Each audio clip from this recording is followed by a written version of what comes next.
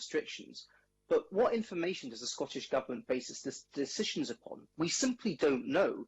And so to help the people better understand, and in terms of transparency, will you commit to publish weekly, ahead of the announcement, all the data the Cabinet bases its decisions upon? First Minister.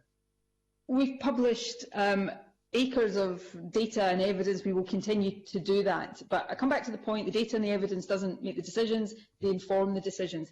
Look, I would hazard a guess that the member, who I know is a clinician himself, is in a minority of clinicians right now who don't think, or who think that no protective measures are required.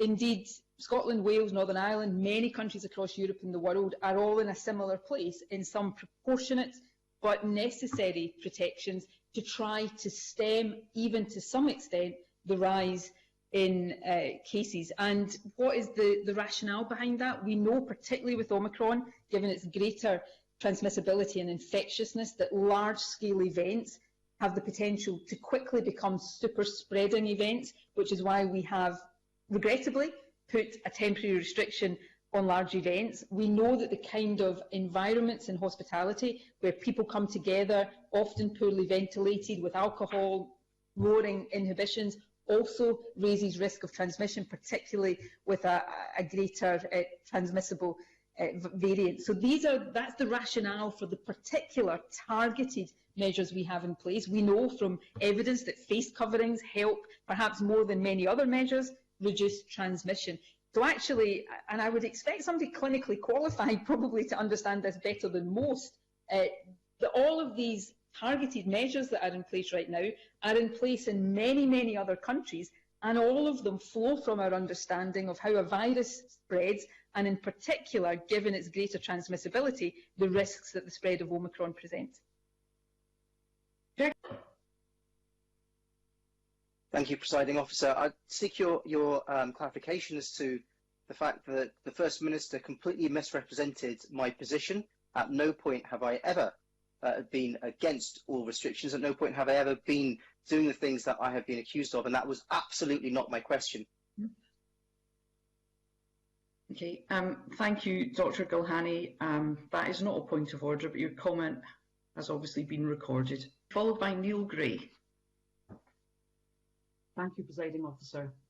Will the First Minister apologise to my colleague, Dr. Sanjeev Gilhani, for the blatant misrepresentation of his position?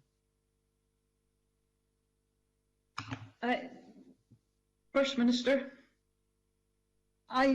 No, I don't think I've got any need to do that. I didn't intend to misrepresent anybody. I don't intend to misrepresent anybody. But Dr. Sanjeev was, as I heard it, suggesting that the restrictions and protective measures were in place, as he put it, for some time, lacked evidence. And I was saying, and I said, and I will say again, I thought particularly for somebody who's clinically qualified, the reasons for these targeted interventions was obvious, and so obvious that many, many other countries, all other countries apart from England and the UK, and many other countries across the world were implementing very similar measures. I heard what he said to me as indicative of him not agreeing with these protective measures.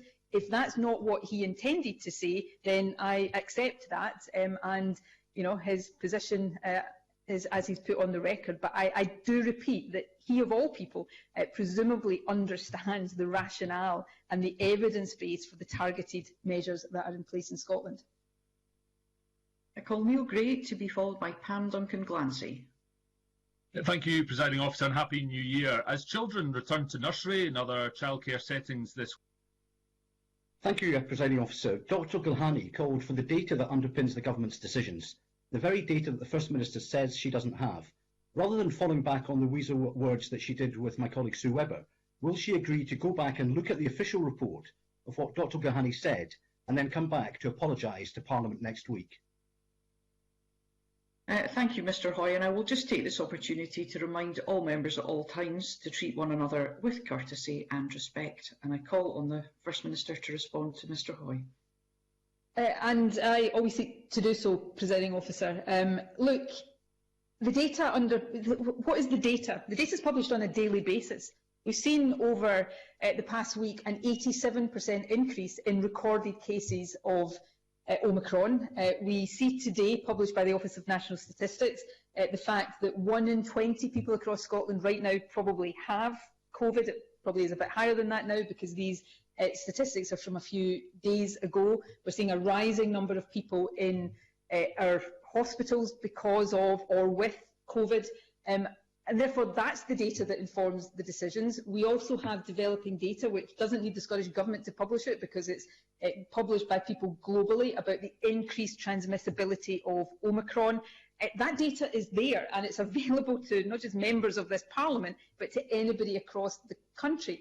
And what we do is take that data and the evidence of the impact of Omicron and we apply our judgment to what measures will help us stem transmission. And as I've said, the increased transmissibility mean that it involves, regrettably, restricting large, potentially super spreader events and trying to contain transmission in settings that we know have a higher risk because of low ventilation or the kind of behaviours that happen in those settings. So I'm not sure what evidence and data of this is missing. We continue to publish evidence, and the fact that many other countries are doing similar or the same as us suggests that it's not just the Scottish Government that thinks this evidence justifies those actions. Now, lastly, because I do take this seriously, these are important issues. We agonise over these decisions. I spend most waking hours and thinking, as is my job, about the right balance of judgment to apply here. And I don't try to misrepresent people, but I would also ask people to go back and listen to the member's question, and my impression from that question was that he was not in support of the measures that were in place. Now, that's legitimate, and I answered the question on that basis. If that was not the impression he was intending to give, then I accept that, and I hope he will accept in turn that I was not seeking to misrepresent him. I think we've all got more important things, frankly, to deal with right now because of the really significant challenge that the country is facing. And Beatrice Wishart.